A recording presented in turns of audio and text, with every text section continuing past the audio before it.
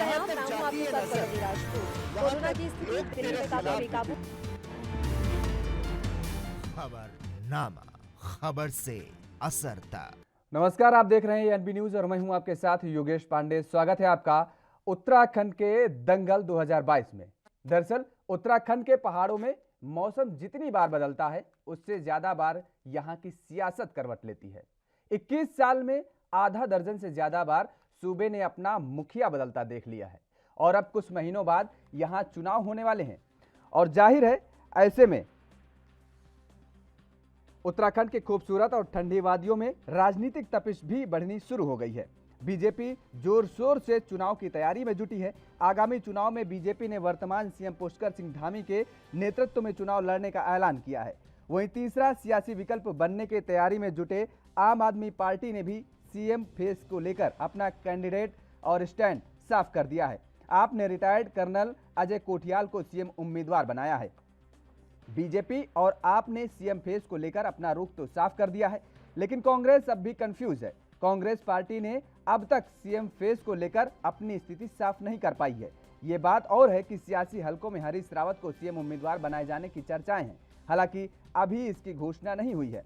CM face घोषित करने को लेकर बीजेपी आप ने बढ़त बना ली, लेकिन कांग्रेस की तरफ से इसे लेकर हो रही देरी पार्टी के भीतर मचे घमासान की ओर इशारा भी कर रही है और पार्टी के भीतर हो रही गुटबाजी के चलते कांग्रेस अब तक कोई फैसला नहीं ले पाई है।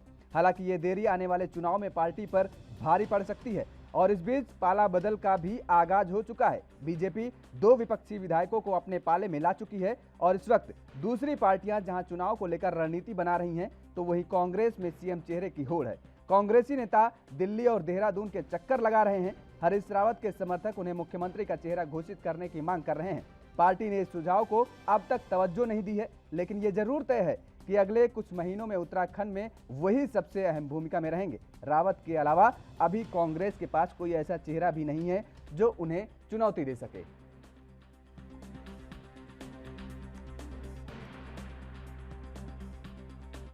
तो उत्तराखंड के पहाड़ों में जितनी बार मौसम बदलता है उससे ज्यादा कहीं सियासत बदलती नजर आती है और इसी मुद्दे पर आज हम चर्चा करेंगे। हमारे साथ तो उत्तराखंड के पहाड़ों में मौसम जितनी बार बदलता है उससे ज्यादा बार यहां की सियासत करवट ले लेती है। 21 साल में आधा दर्जन से ज्यादा बार सूबे ने अपना मुखिया बदलता देख लिया है। अब कुछ महीनों बाद यहां चुनाव होने वाले हैं और जाहिर है उत्तराखंड की खूबसूरत और ठंडी वादियों में राजनीतिक तपिश भी बढ़नी शुरू हो गई है। बीजेपी जोर शोर से चुनाव की तैयारी में जुटी है। आगामी चुनाव में बीजेपी ने वर्तमान सीएम पुष्कर सिंह धामी के नेतृत्व में चुनाव लड़ने का ऐलान किया है। वहीं तीसरा सियासी विकल्प बनने की तैयारी में जुटी आम आदमी पार्टी ने भी सीएम फेस को लेकर अपना स्टैंड साफ कर दिया है। आम आदमी पार्टी का जिक्र करें तो आपने रिटायर्ड कर्नल अजय कोठियाल को सीएम उम्मीदवार बनाया है। बीजेपी और आपने सीएम फेस को लेकर अपना रुख साफ कर दिया है, लेकिन कांग्रेस अब भी कंफ्यूज है। कांग्रेस पार्टी ने अब तक सीएम फेस को लेकर अपनी स्थिति साफ नहीं की है और ये बात और है कि सियासी हलकों में हरीश रावत को सीएम उम्मीदवार बनाए जाने की चर्चाएं तेज हैं। हालांकि अभी इसकी घोषणा नहीं हुई है। सीएम फेस घोषित करने को लेकर बीजेपी आप ने बढ़त बना ली है, लेकिन कांग्रेस की तरफ से इसे लेकर हो रही देरी पार्टी के भीतर मचे घमासान की ओर इशारा कर रही है। पार्टी के भीतर हो रही गुटबाजी के चलते कांग्रेस अब तक कोई फैसला नहीं ले पाई है। हालांकि ये देरी आने वाले चुनाव में पार्टी पर और भी भारी पड़ सकती है और इस बीच पाला बदल का भी आगाज हो चुका है।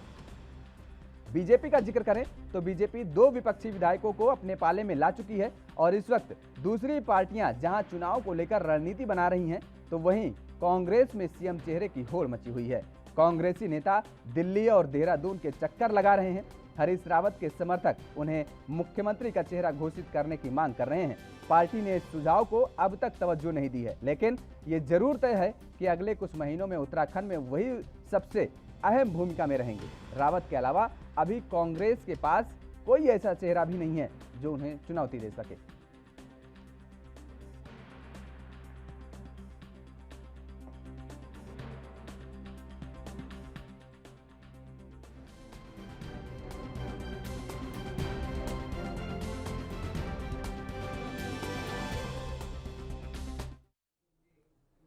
तो उत्तराखंड की सियासत दिन ब दिन गर्म होती जा रही है और आपका परिचय करा देते हैं। इसी मुद्दे पर चर्चा करेंगे। हमारे साथ 2 मेहमान जुड़ चुके हैं। सुरेश जोशी जी जुड़े हुए हैं, भारतीय जनता पार्टी का पक्ष रखेंगे। आपका बहुत बहुत स्वागत है सुरेश जी। और प्रतिमा सिंह जी जुड़ चुकी हैं, कांग्रेस की तरफ से हैं, आपका भी बहुत बहुत स्वागत है। चर्चा की शुरुआत करेंगे, लेकिन उससे पहले आपको सुनवाते हैं कि भारतीय जनता पार्टी की तरफ से सीएम कैंडिडेट का चेहरा साफ कर दिया गया है और आम आदमी पार्टी की तरफ से भी कांग्रेस का क्या कहना है वो भी आप सुनिए।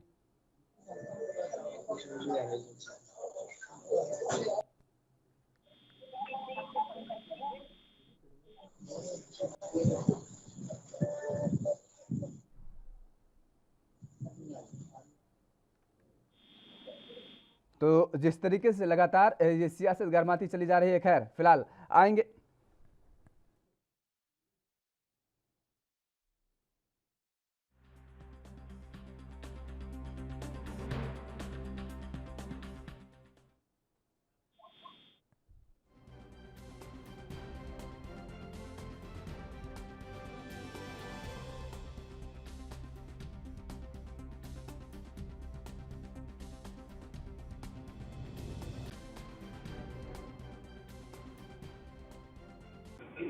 धामी जी के नेतृत्व में, पुष्कर धामी जी के नेतृत्व में चुनाव चल रहा है। हमारे सरकार आने के बाद हमारे धामी जी मुख्यमंत्री रहेंगे, इसमें युवा मुख्यमंत्री, कोई हमारे मन में डाउट, पार्टी के मन में कुछ डाउट नहीं। तो मुख्यमंत्री किसको दें? कांग्रेस पार्टी की एक शैली है, एक परंपरा है, आम सहमति बनाते हैं, सबसे चर्चा करने के बाद बनाते हैं। चुनाव हम मुद्दों पर लड़ते हैं। नहीं, मुद्दों पे तो सर लड़ेंगे, लेकिन फिर भी जनता एक चेहरा देखना चाहती है। क्या सामूहिक नेतृत्व में लड़ा जाएगा या हरीश रावत के चेहरे पर चुनाव? जैसा मैंने कहा, इन तमाम मुद्दों पर हम आपस में आम सहमति बनाए बगैर आपसे कुछ साझा करें वो ठीक नहीं रहेगा। तो हमारे यहाँ जो परंपरा है, सबकी आम सहमति बनाकर। तो सुना आपने, भारतीय जनता पार्टी की तरफ से स्टैंड साफ कर दिया गया है और आम आदमी पार्टी की तरफ से स्टैंड साफ कर दिया गया, लेकिन कांग्रेस का भी यही कहना है कि मुद्दों पर चुनाव लड़ेंगे। एक बार फिर से आपका तारुफ करा देते हैं, हमारे साथ मेहमान जुड़ चुके हैं। सुरेश जोशी जी हैं, भारतीय जनता पार्टी की तरफ से हैं। रजिया बेगम जी हैं, आम आदमी पार्टी का पक्ष रखेंगी। और प्रतिमा सिंह जी जुड़ी हुई हैं, कांग्रेस की तरफ से हैं। आप तीनों मेहमानों को हमारे साथ जुड़ने के लिए बहुत बहुत शुक्रिया और स्वागत है आपका तीनों लोगों का। सबसे पहले आपके पास आएंगे प्रतिमा सिंह जी। भारतीय जनता पार्टी का जिक्र करें या आम आदमी पार्टी का जिक्र करें, दोनों लोगों के चेहरे साफ हो गए हैं। दोनों लोगों ने अपने सीएम कैंडिडेट को साफ कर दिया है, लेकिन अभी कांग्रेस की अंदर कलह के अंदर अभी सीएम चेहरा साफ नहीं हो पाया है। कैसे 2022 का चुनाव लड़ेंगे? सर पर आ गया है चुनाव। देखिए, बिल्कुल आपने बिल्कुल सही कहा। कल तो चुनाव हो और ये हमारा कभी इतिहास है कि हमने कभी भी चुनाव किसी चेहरे पे नहीं लड़ा है और हमारे पास चेहरे की कमी नहीं है। राहुल गांधी जी का चेहरा है, सोनिया गांधी जी का चेहरा है और सबसे बड़ी बात है, हाथ का पंजा जो हमारा चुनाव चिन्ह है, वही चेहरा हमारा है, जिसे लेकर के हम जनता के सामने जाएंगे। और जब 2022 का रण में हम विजयी हो जाएंगे, उसके बाद प्रदेश के नेता और देश के जो एआईसीसी के आला कमान है लोग, वो बैठ करके निर्णय ले लेंगे कि किसको जो है मुख्यमंत्री बनाना है। तो एक बात देखिए, चेहरे से फर्क नहीं पड़ता, लेकिन हम इतना जानते हैं कि एक स्थिर और मजबूत सरकार 2022 में हम देवभूमि की जनता को देने का काम करेंगे। अब आप समझिए, भारतीय जनता पार्टी ने चेहरा घोषित कर दिया या उन्होंने आज कल कुछ कह रहे हैं, कल कुछ कहेंगे, ये तो इनकी फितरत में है। क्योंकि आपने देखा कि प्रचंड बहुमत होने के बावजूद भी जिस तरीके से 3-3 मुख्यमंत्री देवभूमि पे थोपने का काम इन्होंने किया है, ये स्पष्ट रूप से दर्शाता है कि ये अंतः कलह और अंतः विरोध से कितना ग्रसित है। नहीं, तो अंतर कलह से तो आप भी ग्रसित हैं प्रतिभा सिंह जी। आपके प्रदेश अध्यक्ष साहब ये कह रहे हैं कि हरीश रावत साहब के चेहरे पर चुनाव लड़ा जाएगा, लेकिन नेता प्रतिपक्ष साहब कह रहे हैं कि नहीं, समय आने पर बता दिया जाएगा कौन होगा कैंडिडेट और ये शीर्ष नेतृत्व तय करेगा। तो दो लोगों के बयान, दोनों लोग अहम जिम्मेदार पद पर बैठे हुए हैं और अलग अलग बयान। मैं आपको एक बात नहीं, मैं आपको एक बात बता दूं कि इस तरीके की बात कोई भी नहीं कर सकता, क्योंकि हमारे जो प्रभारी हैं देवेंद्र यादव जी, वो आज नहीं कई बार ये बात स्पष्ट कर चुके हैं। जब भी ये मांग उठती है चेहरे की, तो वो हर बार ये स्पष्ट कर चुके हैं कि चुनाव संयुक्त नेतृत्व में लड़ा जाएगा और चुनाव जीतने के बाद आला कमान और प्रदेश के नेता मिलकर ये तय करेंगे कि कौन होगा मुख्यमंत्री का चेहरा। तो जब प्रभारी ये बात एक नहीं कई बार स्पष्ट कर चुके हैं, तो मुझे नहीं लगता इसमें कोई भी संशय की बात है। ठीक है, दूसरी बात समझिए, ये आपने कहा हमारी पार्टी में देखिए कोई अंतकला नहीं है। आपने अभी 1 महीने के अंदर ही अंदर कितनी सारी ऐसी चीजें देख ली हैं कि भारतीय जनता पार्टी का जो अंतकला है वो अब कार्यालयों से निकल के, दफ्तरों से निकल के सड़कों पर आ गया है। अभी उमेश शर्मा काऊ का मुद्दा, उससे पहले ऋषिकेश से लेकर के पौड़ी तक के जिला अध्यक्ष और मेयर को आप जो है शो कॉज नोटिस देते हैं, उसके बावजूद भी जिला पंचायत सदस्य जो है वो जो है विधायक को कहता है कि विधायक जी अपनी गरिमा में रहिए, नहीं तो हम आपको सबक सिखा सकते हैं, और विधायक उस जिला पंचायत सदस्य की औकात देखते हैं। तो ये लोकतंत्र को शर्मसार करने वाली घटनाएं हो रही हैं। फिर दूसरे दिन आपने देखा कि धर्मपुर के जो विधायक है चमोली जी, उन्होंने किस तरीके से टोके बोला। ठीक है प्रतिमा जी, आपकी बात आ गई। अंतरकलह कांग्रेस में नहीं, भारतीय जनता पार्टी में, और भारतीय जनता पार्टी को देखना चाहिए। सुरेश जोशी जी, आपने सुना कि प्रतिमा सिंह जी किस तरह से कह रहे हैं कि दरअसल अंतरकलह तो भारतीय जनता पार्टी में, और 4 महीने में 3 मुख्यमंत्री। आपके एक तो ऑडियो बहुत क्लियर नहीं आ रहा है। सुरेश जी, आवाज आ पा रही है आपको अभी कि नहीं आ भाई? आवाज आ तो रही है लेकिन बहुत फट की आवाज आ रही है। ठीक है, ठीक करवा रहे हैं। कांग्रेस आरोप ये लगा रही है कि भारतीय जनता पार्टी के अंदर ही अंदरूनी कलह मची हुई है, और 4 महीने में 3 मुख्यमंत्री बदल दिए गए, 3 मुख्यमंत्री के चेहरे सामने आ गए हैं। आप जो बात करते हैं उस पर पलटते रहते हैं समय समय पर। देखिए योगेश जी, पहली बात तो मैं आपको ये बताना चाहता हूँ कि कांग्रेस के मित्रों को मैं कई दिनों से निवेदन कर रहा हूँ कि वो जो हमने 3 मुख्यमंत्री बदले हैं या प्रदेश अध्यक्ष बदले हैं, उसको अपने घोषणा पत्र में डाल दें। वो घोषणा पत्र की उसको लीड बनाए और उसी बात को लेकर वो जनता में जाए, तो जनता उनको क्या जवाब देगी ये समझ में उनको आ जाएगा जब चुनाव में जाएंगे। देखिए, भारतीय जनता पार्टी में अंतरकलह है या भारतीय जनता पार्टी की सरकार ठीक चल रही है या गलत चल रही, इसका निर्णय कांग्रेस पार्टी करने वाली नहीं है। इसका निर्णय जो है वो इस प्रदेश की जनता करेगी।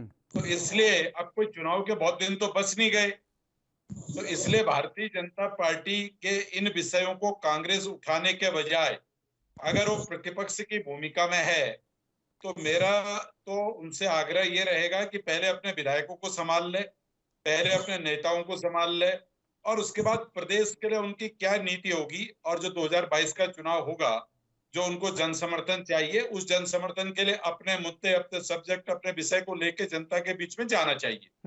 तो ये कहीं न कहीं मुझे लगता है कि एक राजनीतिक दल होने के नाते और इतना पुराना राजनीतिक दल होने के नाते ऐसा मुझे प्रतीत होना चाहिए। लेकिन मैं एक घटना का जिक्र करना नहीं भूलूंगा।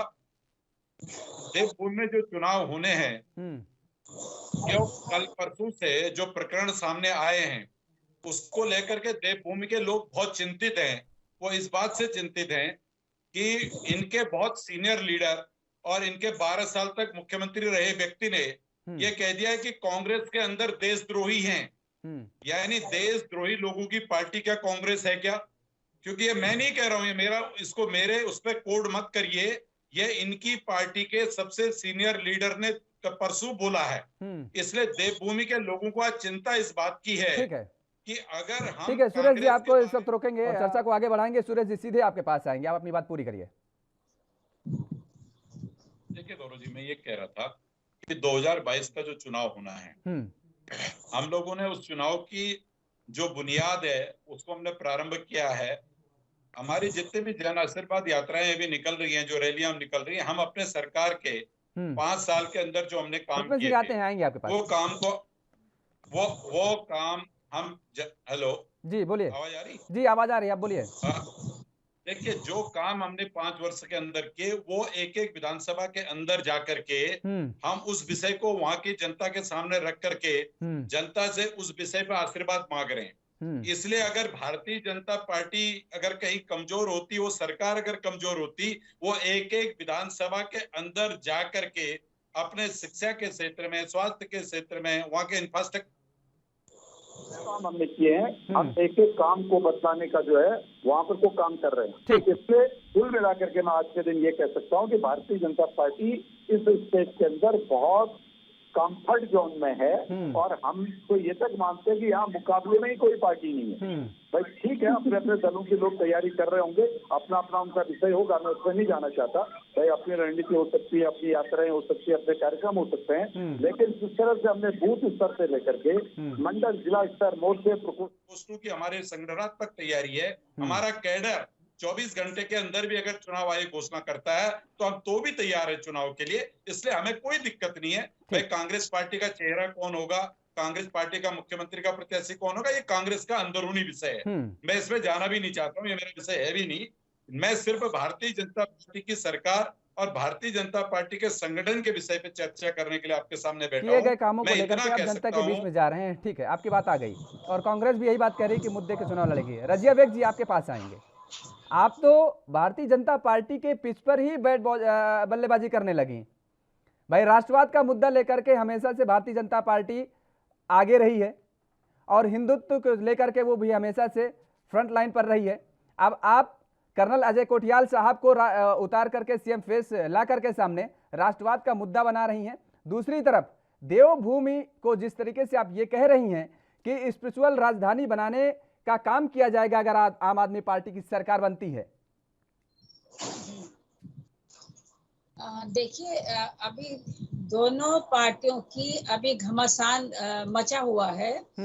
और अगर मैं कांग्रेस की बात कहूं तो कांग्रेस में जिस तरह अंदर खाने इनके एक इतना बड़ा घमासान हो गया कि आपको दिल्ली तरफ क्या जाता है, आपके अध्यक्ष बदले जाते हैं, आपकी कला बाहर निकल के आती है।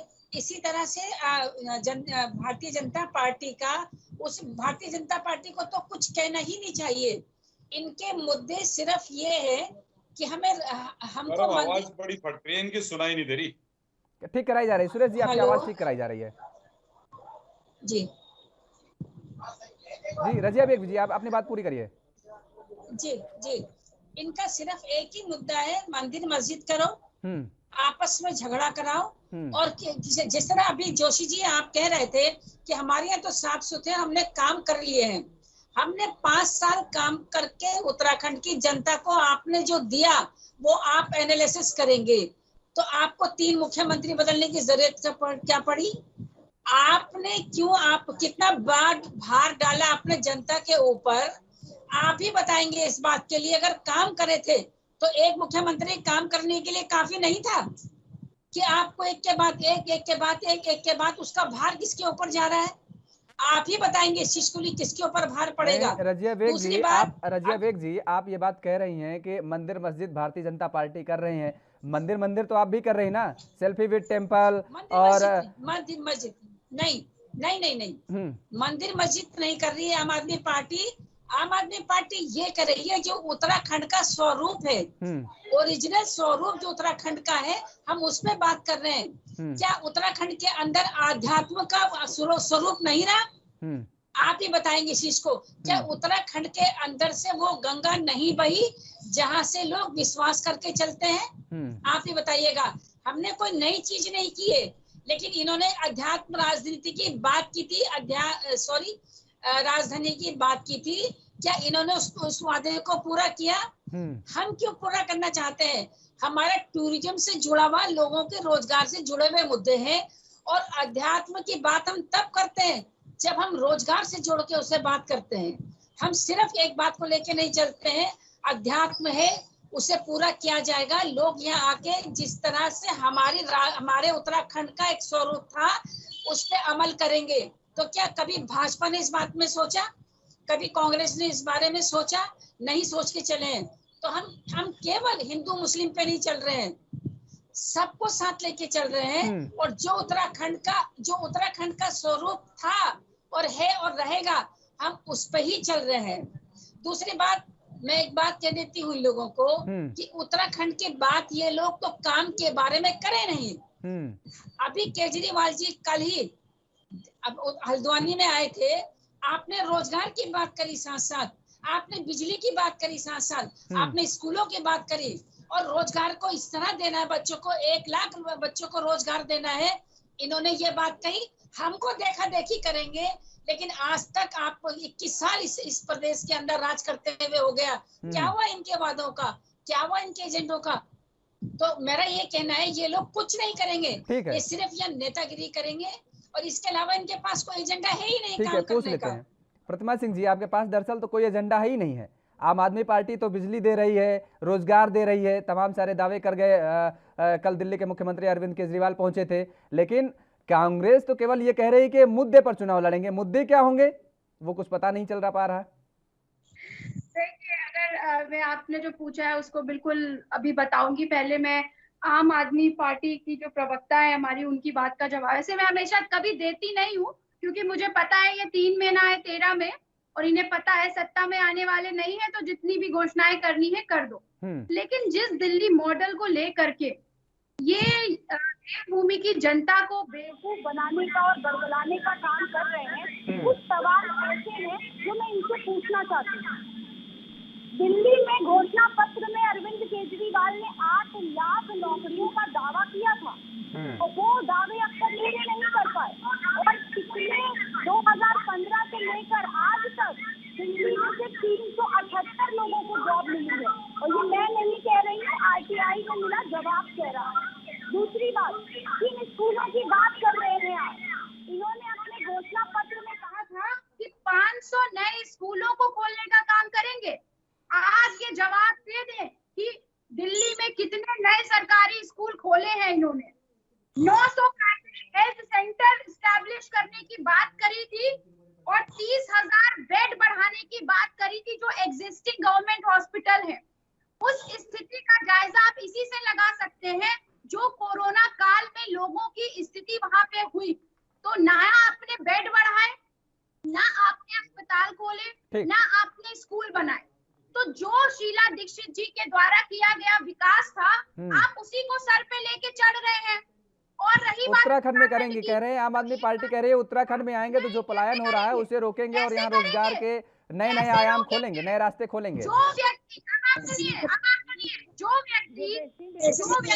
प्रदेश की जनता ने उनसे भरोसा जताया, जिसने उनके भरोसे को पर उतारा, मैं इनका जवाब देना चाहती हूँ। उसको देवभूमि अपने आप पर देवभूमि की बोली वाली जनता को बरगलाने का काम कर रहा है। मैं कभी इनकी बात का जवाब नहीं देती हूँ अपने वक्तव्य में, लेकिन आज ये बात जवाब देना इसलिए जरूरी हो गया। इनकी बातों का जवाब देना रजिया जी आते हैं आपके पास। ठीक है आते हैं आपके पास। जनता के सामने जो है गलत तथ्यों को पेश कर रहे हैं, जो हमारी जिम्मेदारी बनती है कि हम पेश ना होने दें। ठीक है प्रतिमा सिंह जी, आ गई आपकी बात। आम आदमी पार्टी केवल वादे कर रही है, दिल्ली में भी बड़े बड़े सपने दिखाए गए लेकिन काम नहीं पूरा किया गया, आपका ये कहना है। ठीक है, आएंगे रजिया बेग जी, आपसे जवाब ले लेंगे। उसके पहले सुरेश जोशी जी के पास आते हैं। सुरेश जी भाई, 300 यूनिट बिजली फ्री दे रही है आम आदमी पार्टी, 1 लाख रोजगार देने का वादा कर दिया, 5,000 रुपए जब तक रोजगार नहीं मिलेगा एक युवक को प्रत्येक घर में दिया जाएगा। ये तमाम सारे जो पिटारों से अपने ये जो फुलझड़ियां निकाल रही है आम आदमी पार्टी, अगर आ गई सरकार कह रही है, अगर जनता को ये भा गई, तब तो भारतीय जनता पार्टी के लिए जो राह है वो बड़ी कठिन हो जाएगी। देखिए गौरव जी, पहली बात तो आप ये सुनिए, जिस पार्टी का एक पार्षद, एक सभासद, एक बीटीसी मेंबर, एक जिला पंचायत का सदस्य और एक कहीं पर कोई अच्छा बिल्कुल टिकाऊ कार्यकर्ता, ऐसा जिस पार्टी का संगठन नहीं हुआ है प्रदेश के अंदर, अगर वो पार्टी का नेता दिल्ली से आकर ये कह जाए कि यहाँ पर मैं 1 लाख लोगों को नौकरी दूंगा और यहाँ पर फ्री बिजली दूंगा, फ्री पानी दूंगा, फ्री आपके एजुकेशन दूंगा, लेकिन प्रश्न सिर्फ इतना है, ये उत्तराखंड राज्य जो देवभूमि है, इसके 25 लाख लोग दिल्ली में रहते हैं, जो केजरीवाल जी के बहकावे में आकर 1 बार नहीं 2 बार मतदान कर चुके हैं। क्या 25 लाख लोगों में किसी को राज्यसभा भेजा? प्रश्न खड़ा होता है। क्या किसी को कोर कमेटी के अंदर डाला? क्या किसी को महत्वपूर्ण पद पर दिल्ली में बिठाया? ये उत्तराखंड के लोगों को बरगलाने का जो काम कर रहे हैं, वो 25 लाख जो यहाँ उत्तराखंड के दिल्ली में है, वो सारी जो एक फौज है वो उत्तराखंड में चुनाव में आएगी और केजरीवाल के कारनामों को बताएगी। और कितना झूठा व्यक्तित्व का धनी है केजरीवाल भाई हमारा। मैं इसलिए उस बात को कहना चाहता हूं, जिसने एक सड़क दिल्ली में न बनाई हो, जिसने एक फ्लाईओवर दिल्ली में न बनाया हो, जिसने एक हॉस्पिटल दिल्ली में न बनाया हो, और जिसने ठीक है सुरेश जी, आपकी बात आ गई। वही आरोप जो कांग्रेस लगा रही है, इस समय के अभाव के चलते आप तीनों मेहमानों को यहीं पर रोकेंगे, और तीनों मेहमानों को हमारे साथ जुड़ने के लिए बहुत बहुत शुक्रिया। तो जिस तरीके से अब उत्तराखंड में सियासत गर्माती नजर आ रही है, आम आदमी पार्टी भी अपने पैर जमाती नजर आ रही है, लेकिन अब उत्तराखंड की जनता को यह निर्णय लेना है कि आखिर उसके हित में कौन काम करेगा, कौन होगा उसके हितैषी। उत्तराखंड के इस खास प्रोग्राम में मेरे साथ इतना ही। देश और दुनिया की तमाम खबरों के लिए आप बने रहिए ANB न्यूज के साथ। कोरोना की स्थिति दिल्ली में काफी बेकाबू। खबरनामा, खबर से असरता।